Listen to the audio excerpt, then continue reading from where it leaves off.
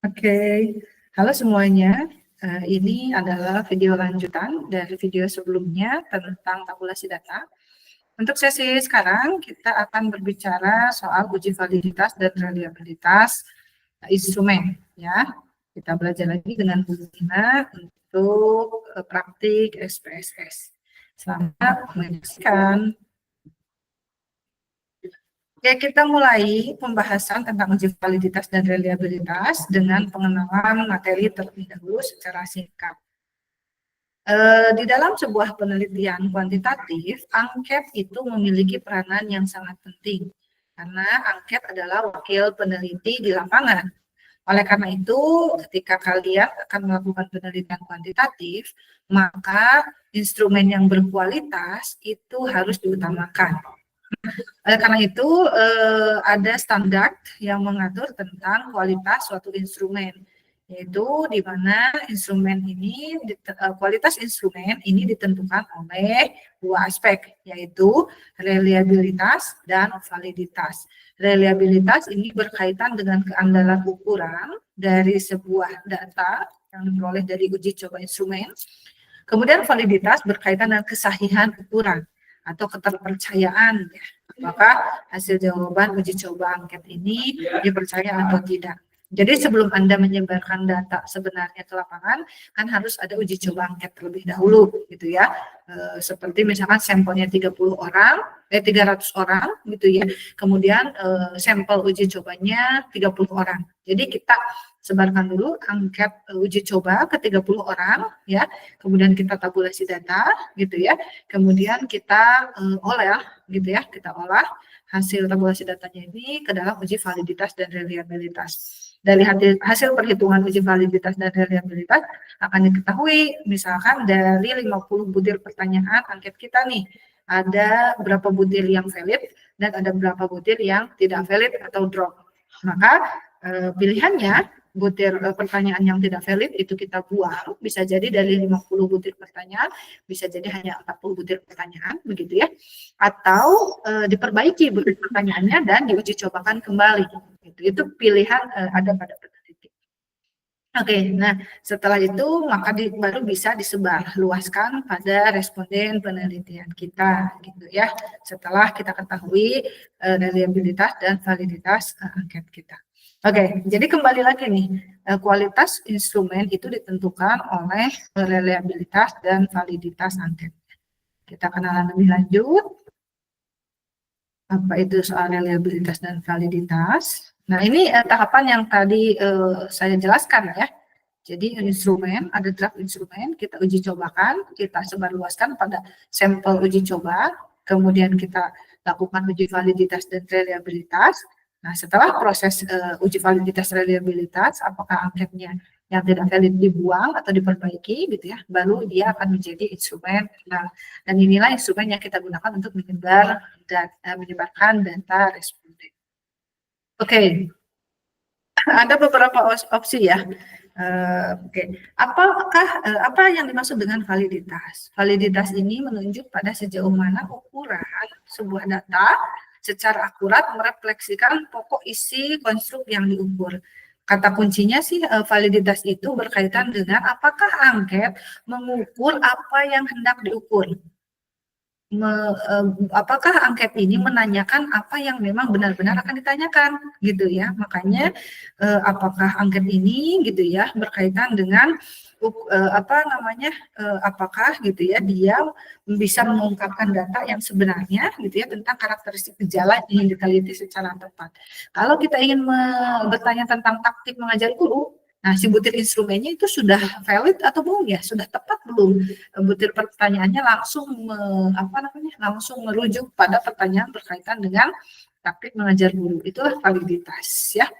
Oke, validitas berhubungan dengan ketelitian kita ya dalam merancang butir pertanyaan, kecermatan ya dan ketepatan memilih butir pertanyaan. Oke, ini jenis validitas, ada validitas internal berkaitan dengan validitas isi, konstruk, dan kriteria dari instrumen yang kita buat. Artinya validitas yang berkaitan dengan konstruksi butir angket kita gitu ya. Jadi konstruksi butir soal yang kita buat. Kemudian validitas eksternal berkaitan dengan validitas data hasil penelitian gitu ya. Jawaban respondennya seperti apa? Kan dia masuk ke dalam validitas kriteria. Oke. Nah, ini yang tadi ya, content validity, construct validity, criterion validity.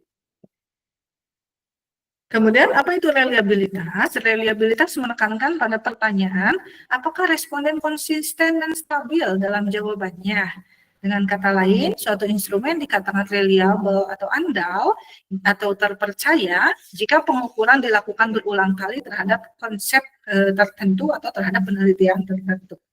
Jadi reliabilitas berkaitan dengan keandalan dan akurasi instrumen ukuran. Jadi seringkali begini, kita menemukan responden yang asal mengisi begitu ya.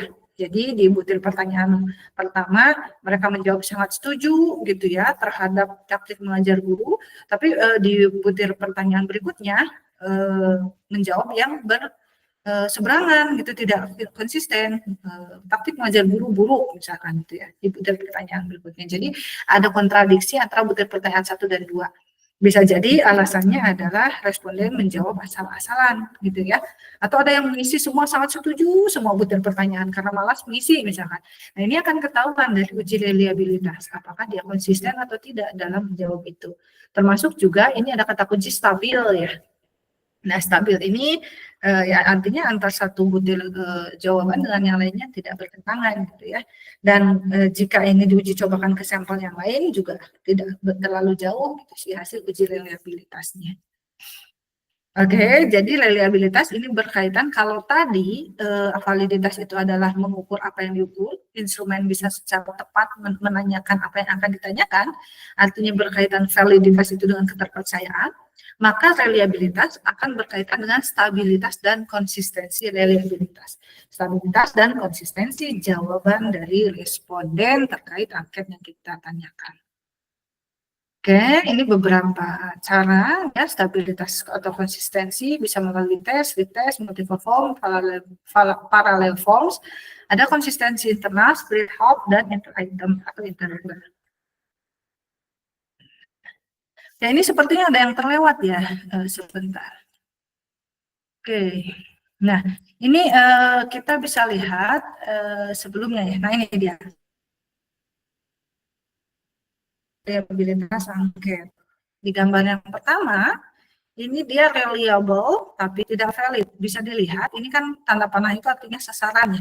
Penelitian itu semakin tepat sasaran, menanyakan apa yang ditanya dan mengumpulkan jawaban yang diharapkan, itu semakin bagus gitu ya. Artinya jika titik-titik biru ini semakin ke tengah, maka itu semakin bagus. Di sini analoginya dia reliable tapi tidak valid. Kenapa? Karena sebagian besar responden berkumpul pada satu titik yang sama, artinya semua responden memiliki pendapat yang sama terkait angket itu. Barangkali apakah mereka semua sangat setuju atau tidak setuju gitu ya. Tapi sayangnya mereka berkumpulnya jauh dari titik yang ditanyakan. Artinya mereka melenceng dari apa yang kemudian ditanyakan gitu ya. Jadi misalkan sebagian besar responden menjawab misalkan soal penggunaan game online gitu ya. Game online membuat kecanduan dalam menggunakan internet. Semua jawabannya tidak setuju gitu ya. Nah, sementara yang ditanyakan adalah pengaruh game online terhadap pola hidup sehat gitu. Nah, ini kan tidak nyambung gitu ya. Artinya harusnya kan game online membuat kecanduan ya, kebanyakan sangat setuju harusnya gitu kan. Nah, ini yang dikatakan reliable, not valid. Sebagian besar responden berada pada jawaban yang sama, tetapi dia jauh dari harapan pertanyaan yang bukan harapan apa ya, jauh dari apa yang ditanyakan gitu ya. Kemudian ada valid tapi dia tidak reliable.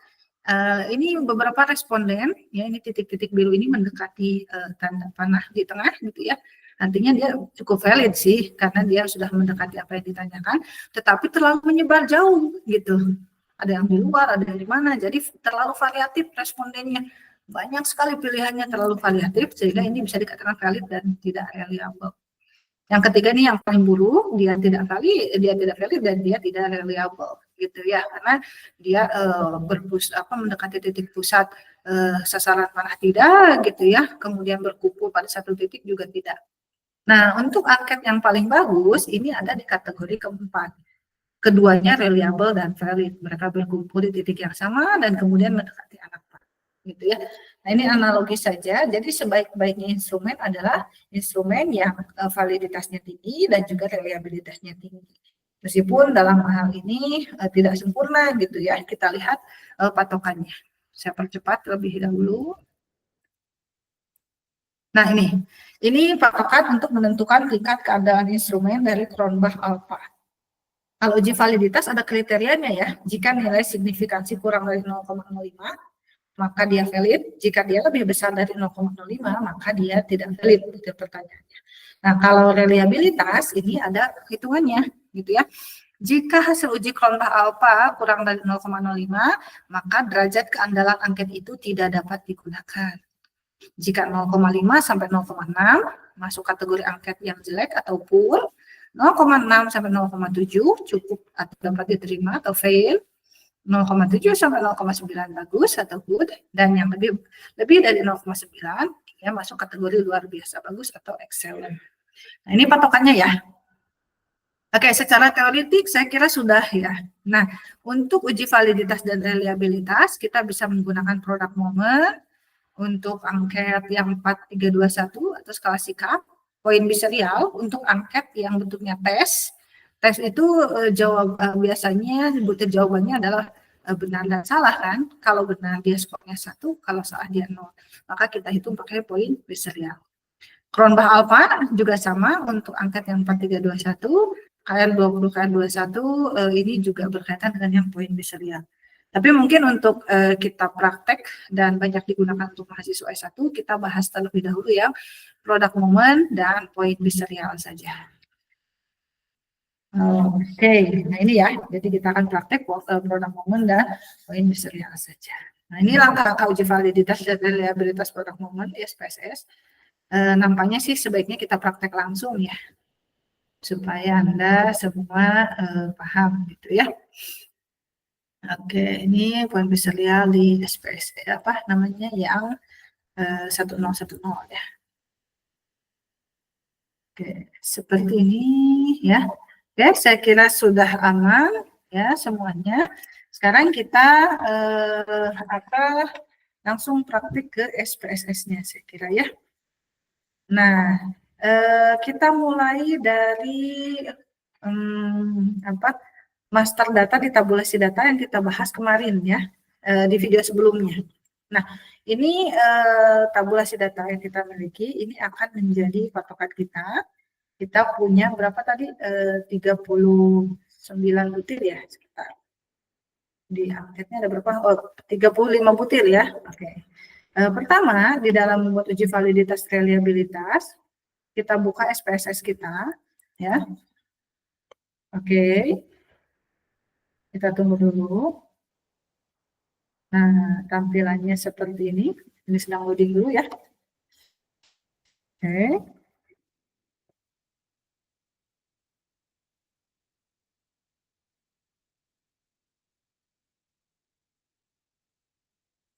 Nah, muncul tampilan layar. Ini kebetulan SPSS ini masih jadul ya. SPSS statistik 20.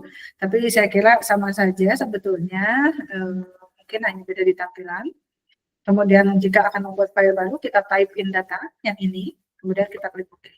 Nah, inilah tampilan SPSS ya. Jadi di sini ada ada fitur perintah ya yang bisa kita berikan pada data yang kita miliki ya.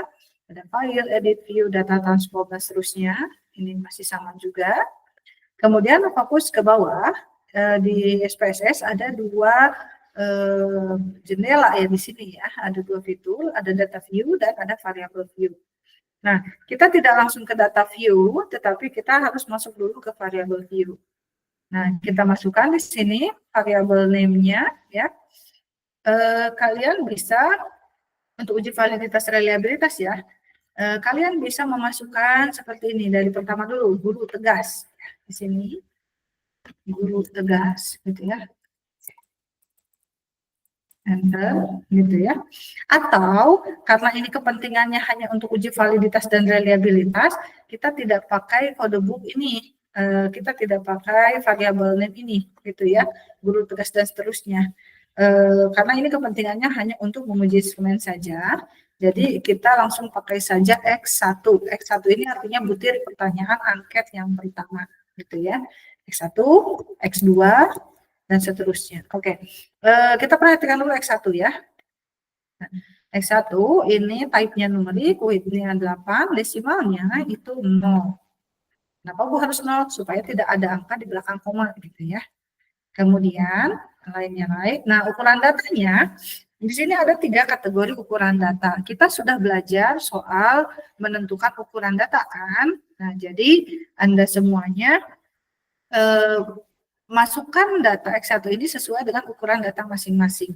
Kebetulan angket yang kita miliki, yang di butir pertanyaan nomor 1, yang guru tegas itu ya, yang tadi, itu dia ukuran datanya adalah ordinal. Betul nggak? Coba cek di variabel di kode book. Ini ya, guru tegas, ukuran datanya ordinal kan. Maka masukkanlah sebagai ordinal. Itu ya. Oke. Seterusnya, sampai seluruh butir pertanyaan dimasukkan gitu ya. Nah, X2, X1 sampai X35. Terus seperti ini gitu ya. Terus kita isikan, jangan lupa ukuran datanya, jangan sampai salah gitu ya. Kalau salah nanti perhitungannya salah. Nah ini kan seperti ini, nominal salah, nah, ordinal ya. Terus X4 gitu ya, dan seterusnya. Ordinal. Nah, ada cara yang cepat sebetulnya. Kita bisa copy paste, tapi harus hati-hati, artinya harus dicek kembali gitu ya. Kita blok di bagian yang akan kita copy, ya seperti ini. Copy, ini kan sampai X35 ya, tadi X35 ya. Kita blok sampai X35, sorry, ini gimana? Kita blok ya. Sorry, ini kita nggak bisa, nah seperti ini. Sampai 35. Nah, ini ya. Kemudian klik kanan. Oh, sorry. Ini nggak bisa ya. Sebentar. Ini seharusnya bisa di blok dan ditarik ya. Seperti ini. Sampai 35. Nah, kemudian kita paste. Nah, seperti ini. Nah, masalahnya ini file seperti ini ya. Nah, makanya kita ganti. X4, X5, X6, terus gitu ya. Sampai X35, X8, X9, X10, X11, X12, X13, X14, X15, dan seterusnya gitu ya.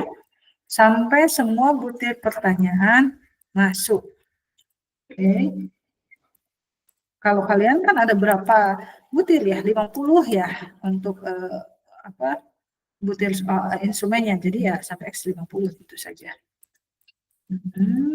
Terus gitu ya. X25, X26, X27, X28, X29, X30, X31, X32, sorry. Oh ini salah. Ini saya mengetik sama X32, oke, X33, X34, X35. Dan, nah ini ya, kita pastikan nih desimalnya semua 0, dan ukuran datanya ini semua ordinal. Karena kebetulan memang data yang saya miliki ini semua sama gitu ya, ukuran datanya ini adalah ordinal ya. Karena butir akhirnya seragam ya, semua pakai ordinal. Kalau Anda ada data nominal atau interval rasio ya silakan sesuaikan. Oh ya, di ukuran data statistik itu kan ada ordinal, nominal, ordinal, interval, dan rasio ya. Tapi di sini tidak ada interval rasio. Interval dan rasio digabung di dalam scale. Jadi kalau nanti datanya rasio atau interval, maka klik set scale gitu ya. Oke, ini kita sudah pastikan semuanya ordinal ya. Sesuai dengan data sampai X35 dan desimalnya 0 sudah. Nah, jangan lupa kita masukkan total ya. Total ini adalah total keseluruhan jawaban responden, begitu ya, total. Kemudian ininya total itu adalah data rasio yang dia tidak mungkin 0 kalau jumlah itu, maka kita masukkan scale. Selesai sudah untuk variabel view dari angket yang saya miliki sebanyak 35 butir angket. Setelah selesai di variable view, maka kita masuk ke data view. Nah, akan muncul nih di sini yang tadinya var gitu ya. Nah, sekarang muncul jadi X1 sampai X berapa? Coba kita lihat. Sampai X, nah 35 dan total, gitu ya. Oke, nah sekarang apa yang harus kita lakukan? Caranya mudah, kita tinggal buka SPSS, master data kita, karena ini saya melakukan uji validitas reliabilitas untuk keseluruhan butir angket, maka kita tinggal copy paste aja semua data angket gitu ya, dari butir angket yang pertama sampai butir angket yang terakhir dan juga total. Seperti ini kita blok. Dan perhatikan, Anda harus teliti nomor responden itu jangan ikut di blok gitu ya.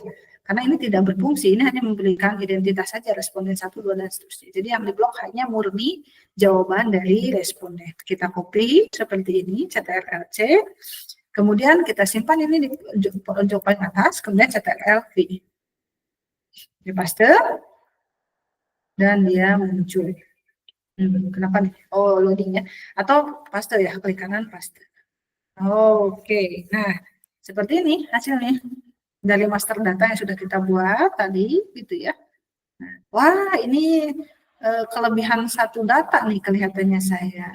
Oke, kalau begitu, artinya master datanya ada yang kelewat ya. Oke, kita perbaiki dulu ya, sebentar. Ini sepertinya ada yang tercopy 2 kali. Kita lihat yang mana ya. Nah ini tidak fokus, malas, tidak apatis, mana nih? Oke, yang pasti dia harus pas jumlahnya begitu ya. Monoton, tulisan monoton. Nah ini kelihatannya tergabung ya, kita hapus saja ini. Oke, ini mungkin tulisan monoton sebetulnya ya. Oke, coba kita lihat. Nah, tentu totalnya juga berubah ya. Oke, kita copy ulang ya.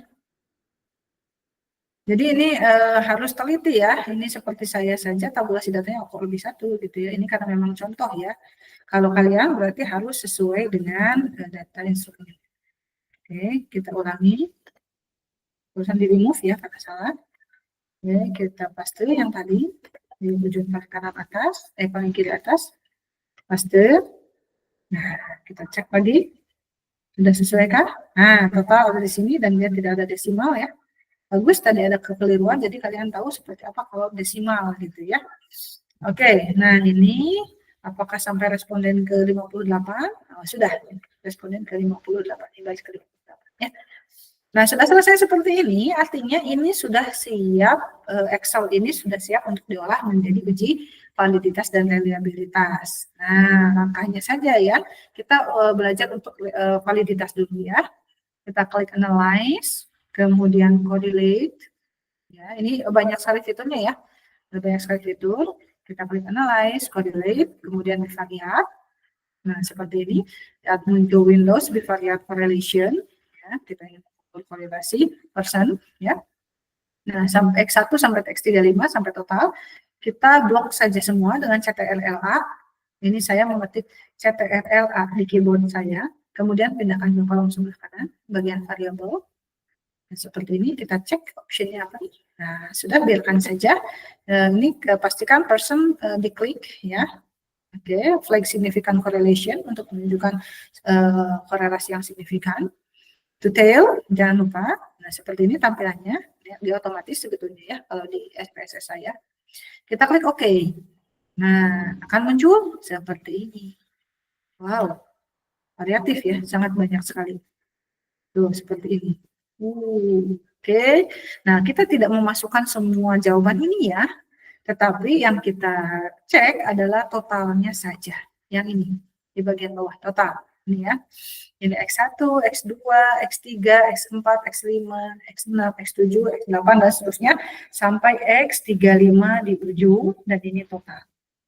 Dari kiri ke kanan, secara horizontal bisa, atau dari atas ke bawah juga bisa, total. Ini sama saja jawabannya, ini X1, X2, X3, X4, X5, X6, dan seterusnya. Oke, kalau saya sih lebih nyaman dari pinggir ya, horizontal. Jadi kita seperti ini. Coba kalian perhatikan di sini ada total person correlation. Ini baris person correlation. Ada significant to tailed yang ini, ya. Kemudian yang terakhir ada N. N-nya itu 58. 58 itu adalah 57 responden, 58 responden ya, 58 responden penelitian kita. Nah, tidak berhenti di sini saja, tapi kita harus olah data SPSS ini ke dalam bentuk Word. Nah, ini saya sudah membuat template uji validitas dengan product moment. Nah, seperti ini ya contohnya. Nah, uji validitas menggunakan product moment, ketentuannya adalah jika nilai signifikansi to tail kurang dari 0,05, maka butir instrumen valid. Jika signifikansi to tail lebih besar dari 0,05, maka butir instrumen tidak valid atau drop. Nah, kemudian Anda silakan buat tabel ya yang terdiri dari 5 kolom. Kolom pertama nomor butir item, kolom kedua R butir, kolom ketiga signifikansi to tail, kolom keempat pengujian, dan kolom keempat kesimpulan. Dan ini X1, X2, X15 ya. Ini saya buat singkat saja dan seterusnya hingga X35 ya. Karena kan butir pertanyaan saya kan 35 ya, tapi kalau saya contohkan di video ini atau saya kerjakan di video ini lama gitu ya. Jadi ini hanya contoh sampel saja untuk kalian kerjakan ya. Jadi X15, X16, 17, 18, 19, 20, 21 dan seterusnya sampai 35 ini harus dikerjakan ke bawah. Oke, kita kerjakan dulu untuk X1 atau butir angket pertanyaan yang pertama. R butir ini kita isi dengan data person correlation. Ini ya. R butir pertanyaan pertama X1 ini adalah 0,356. Ini ada titik ya. Jadi ini artinya cuma 0,356, signifikasinya 0,005. Kita masukkan nih. Sini, sorry. Ini ya. 0,356, signifikasinya 0,006 gitu ya, betul enggak? Kita cek lagi, betul ya, 0,356 dan signifikasinya 0,006. Nah, kriteria penentuan validnya adalah jika nilai signifikansi to tail kurang dari 0,05 maka dia valid, jika lebih besar dia tidak valid. Pertanyaannya 0,006 ini lebih besar atau lebih kecil dibandingkan dengan 0,05. Ingat rumus matematika ya. Jadi seringkali mahasiswa itu salah karena memang lupa prinsip matematika ini gitu. Jadi akhirnya ini lebih besar atau lebih kecil gitu ya. Nah, itu harus teliti banget. Kalau di sini sudah jelas ya. Ini kan 3 butir di belakang koma ya. 0,006 ya dia lebih kecil daripada 0,05, maka kita copy saja di sini. Signifikansi ada terlalu panjang ya, to tail, kita ini ada signifikansi kurang dari 0,5. Kesimpulannya adalah valid. Seperti itu. Kita lakukan hal yang sama di X2. Oke, ini person correlation-nya, R butirnya negatif 0,135. Kita masukkan dulu supaya tidak lupa ya. Ini saya close dulu biar enggak bingung. Nah, negatif 0, berapa tadi? Lupa. 0,135. 0,135. Kemudian signifikansi to tail-nya yang X2 ya, ini nih 0,311. Oke, 0,311. Nah, kita nggak pakai koma, pakai titik aja lah ya. Kita pakai koma juga boleh, biar konsisten ya. Oke. Nah, 0,311 dia lebih besar atau lebih kecil dari 0,05. Sudah jelas ya, kelihatan di situ 0,311 itu lebih besar dari 0,05.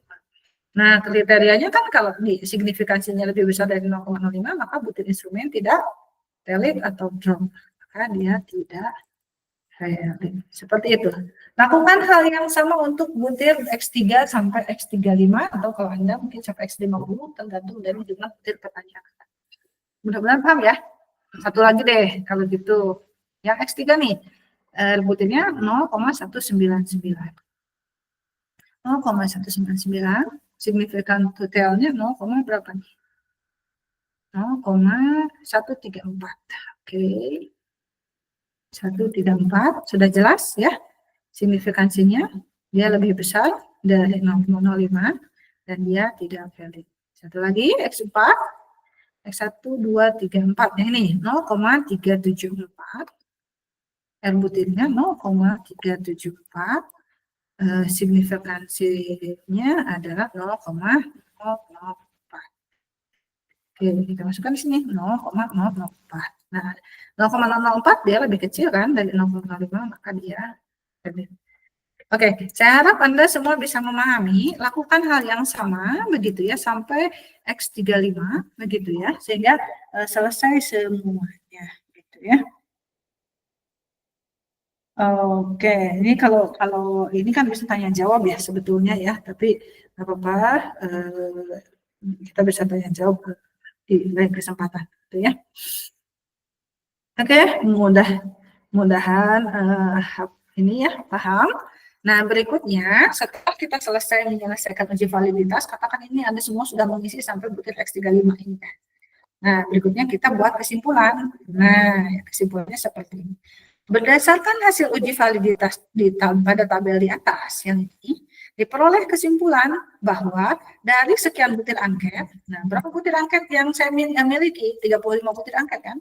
35 butir angket, terdapat berapa butir angket yang valid dan berapa butir angket yang tidak valid.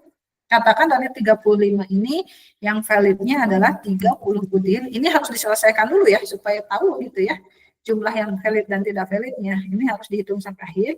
Katakan 30 butir valid dan 5 butir angket tidak valid.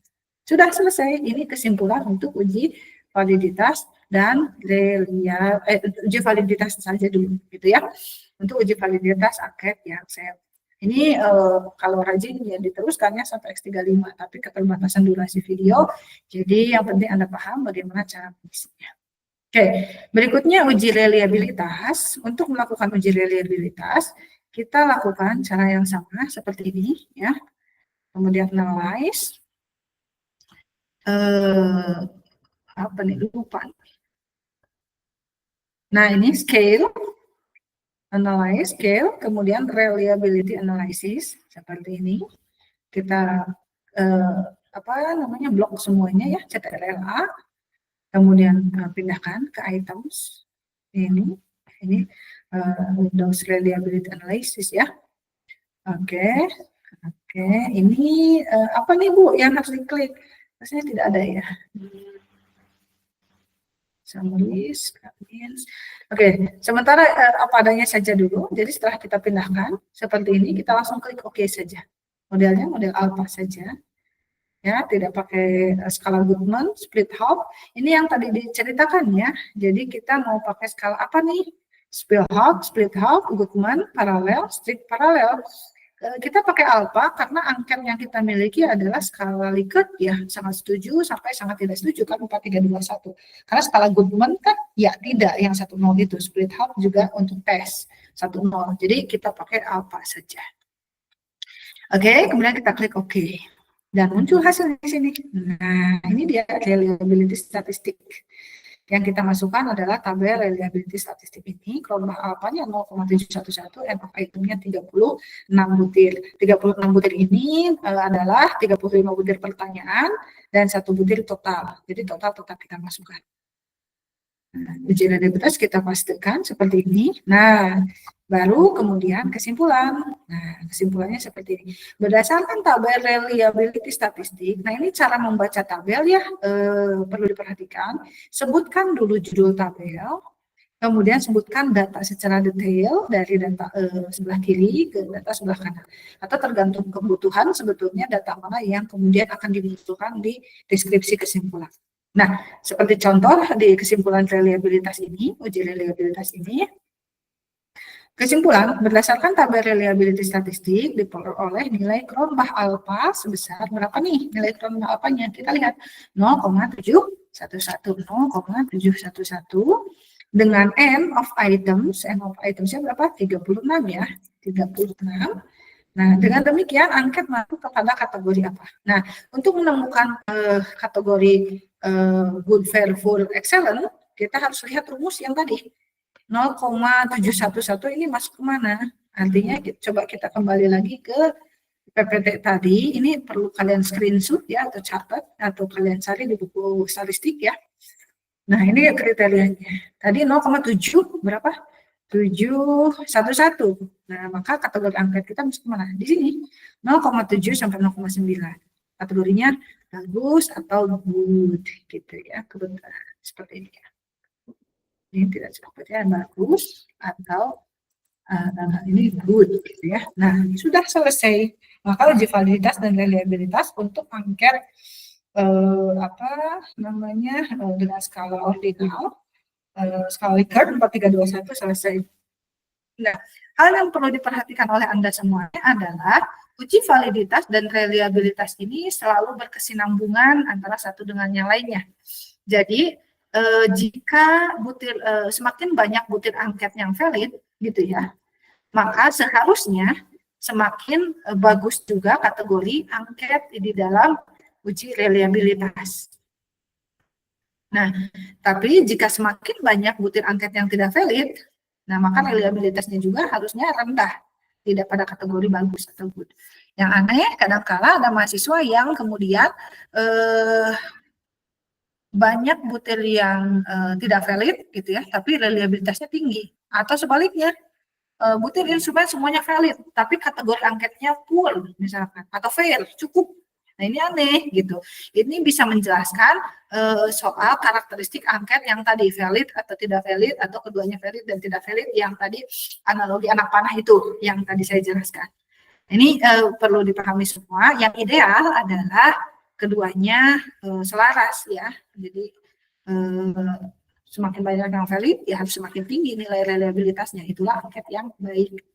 Kalau tidak, berarti angketnya kurang memenuhi syarat yang baik. Oke, saya kira cukup untuk penjelasan terkait uji validitas produk moment.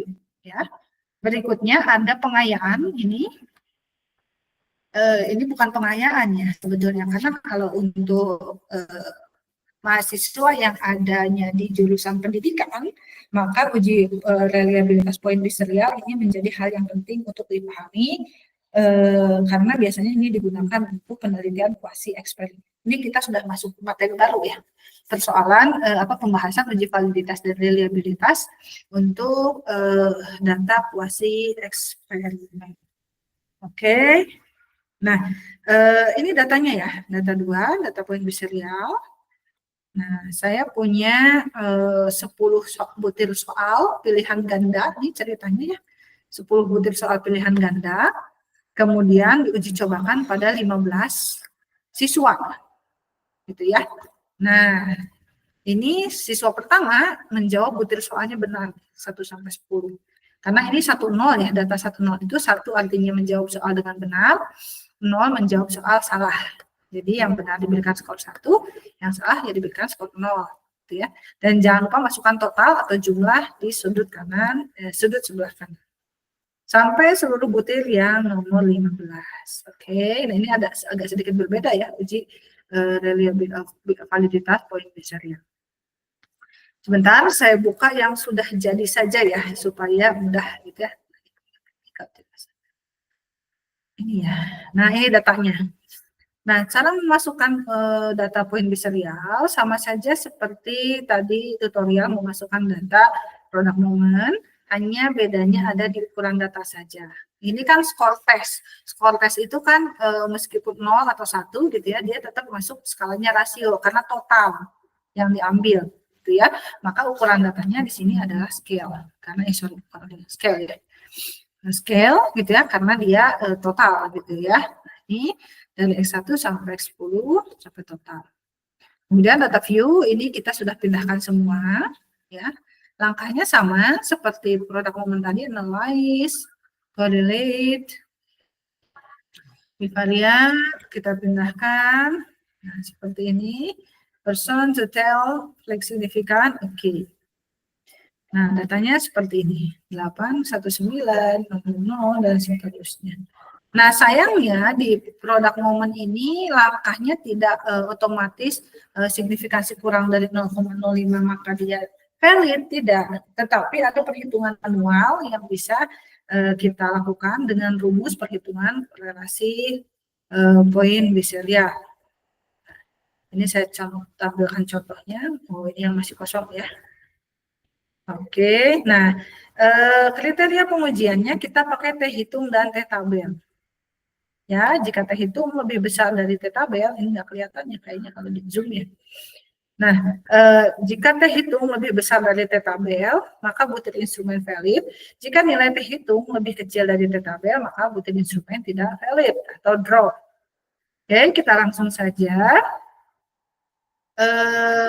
Di sini ada nomor butir item. Ya, jadi ada tabel, ada 6 kolom ya. Ada nomor butir item, ada LPB, T hitung, T tabel, pengujian, dan kesimpulan. Nomor butir item ini berisi jumlah soal yang kita buat ya. Nah, ini kebetulan soal yang saya punya ada 10 butir soal ya. Kemudian ini LPB, T tabel ini dari mana ya? Kok tiba-tiba ada gitu ya. Nah, ini saya perkenalkan di sini. Data latihan. Ini ya. Di variable view ini kalian memasukkan cara yang sama seperti tadi produk momen gitu ya, X1 sampai seluruh butir soal dimasukkan, kebetulan kita punya sampai X10, kemudian ada total ya, oke, kemudian ininya desimalnya 0, ukuran datanya ini karena total itu adalah jumlah keseluruhan ya, maka dia masuknya data rasio, maka kita masukkan scale di sini. Seluruhnya missionnya atau ukuran datanya adalah scale. Nah, kemudian kita pastikan data yang kita punya yang tadi saya jelaskan itu gitu ya. Kita pastikan dengan total yang tadi ini seperti ini bentuknya. Langkahnya sama dengan uji validitas produk momen yang tadi ya. Analyze, kemudian correlate, bivariate. Oke, nah ini karena tadi sudah dicoba ya. Nah, ini seperti ini ya, nanti akan tampil di layar kalian seperti ini. Kemudian kita CTRLA, kita pindahkan ke variabel, ininya percent, detail, dan flex significant correlation di variabel correlation ini. Kita klik OK. Nah, seperti ini, sama ya, persis dengan tadi perhitungan produk momen. Nah, tinggal bagaimana kemudian kita mengolahnya. Yang pertama yang harus kita lihat adalah percent correlation sebagai RPBIS di sini 0,819. Kita masukkan 0,819 percent correlation-nya. Kita hitungnya itu harus dihitung dengan rumus tertentu ya. Rumusnya yaitu tadi yang ini RPBIS T sama dengan RPBIS dikali akar N-2 dibagi akar 1 min RPBIS kuadrat. Oke, itu butuh waktu, kita skip dulu ya. Kemudian kita isi dulu T tabel. T tabelnya ini saya punya 2,16037 dari mana nih? Nah, ini caranya adalah kita hitung menggunakan rumus, ya. Oke, nah T tabel, rumusnya itu adalah signifikansi dibagi 2. Nah, signifikansi ini adalah nilai signifikansi hasil penelitian kita, taraf kepercayaannya berapa persen. Karena saya memilih kepercayaannya 95% dan tingkat error, kemungkinan errornya adalah 5%, maka signifikansi yang saya pakai adalah 0,05. Ya, kemudian dibagi 2, 2 ini adalah jumlah variabel X ya. Nah, jumlah variabel X, jumlah variabel dalam penelitian kita. Oke, ini bukan bagi 2 ya, ini bagi K. Nah, 2 ya, oke.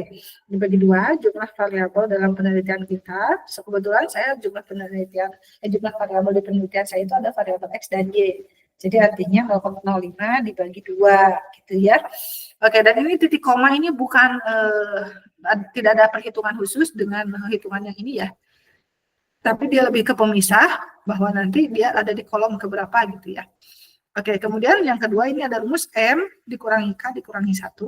M itu adalah jumlah responden, ada 15. Dikurangi K, K-nya 1.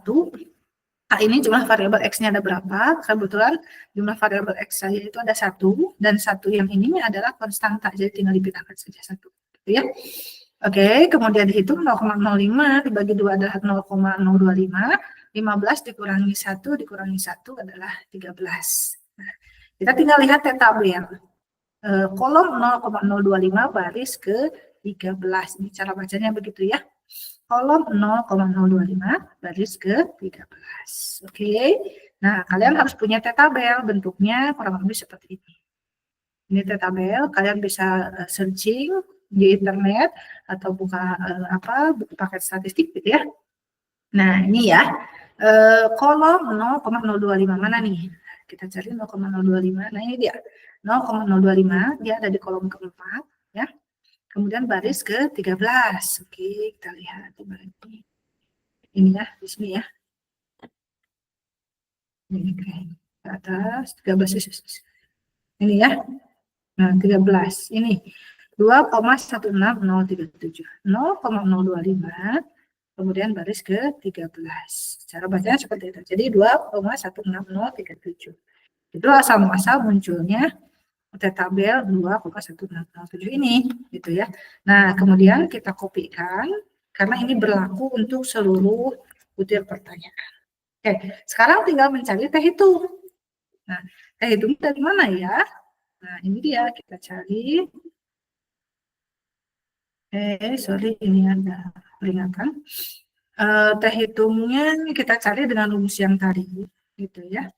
Nah, ini bukan 16 ya, ini 15. Oke. Nah, rumus mencari teh hitung untuk X1 dulu nih. Jadi kita harus menghitung secara manual untuk X1 sampai X10 ya, sesuai dengan butir angket dan butir soal yang kita miliki. Nah, RPBIS itu kita tinggal memindahkan saja data RPBIS dari tabel di atas ya. Yang ini 0,819 gitu ya, ini kita pindahkan ke RPBIS. Nah, seperti ini. Kemudian N-nya itu adalah jumlah responden kita, ada 15. 2 ini adalah jumlah variabel penelitian kita, jadi dikurangi 2. Kemudian 1 dikurangi 0,819 kuadrat. Nah, ini hasilnya. Ya, ini berarti ada yang salah, 15 kurangi 2, 13. Akar dari 13 berapa? Saya coba hitung dulu, karena tadi perhitungannya kurang tepat. Akar dari 13. 1,218. Oke. 1,218.